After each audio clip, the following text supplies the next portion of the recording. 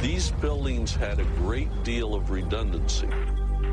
In fact, the World Trade Center's original engineers had even done calculations to see what would happen if a Boeing 707, a slightly smaller aircraft than the 767s involved in 9/11, struck the building by accident. And they concluded that if an aircraft hit, that the buildings would not collapse, that they would be able to take that hit and stand up. We had designed the project for the impact of the largest airplane of its time, the Boeing 707. That is to take this jet airplane, run it into the building, destroy a lot of structure, and still have it stand up. Well, 13,000 tons is a lot of force. People always talk about an airplane crashing into a building.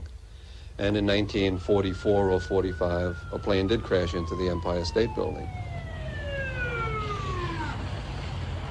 But the largest aircraft flying today, at least commercially, the 747, fully loaded, is on the order of 300 tons.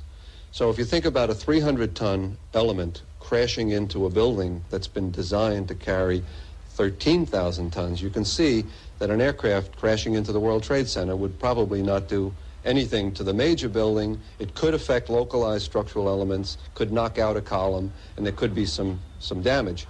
But as far as a plane knocking a building over of that type, that would not happen. The building was designed to have a fully loaded 707 crash into it. That was the largest plane at the time.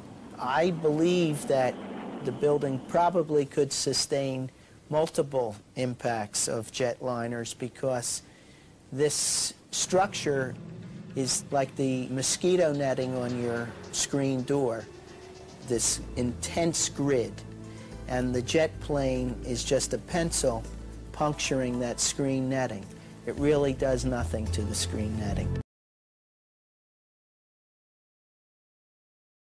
We had designed the project for the impact of the largest airplane of its time, the Boeing 707.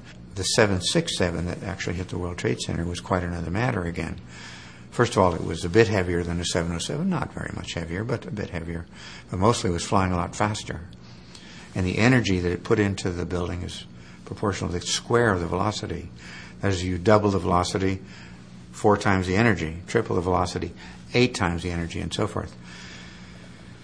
And then, of course, with the 707, to the best of my knowledge, the fuel load was not considered in the design.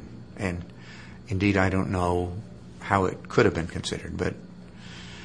And with the 767, the fuel load was enormous compared to that of the 707. It was a fully fueled airplane compared to the 707, which was a landing aircraft. Just absolutely no comparison between the two.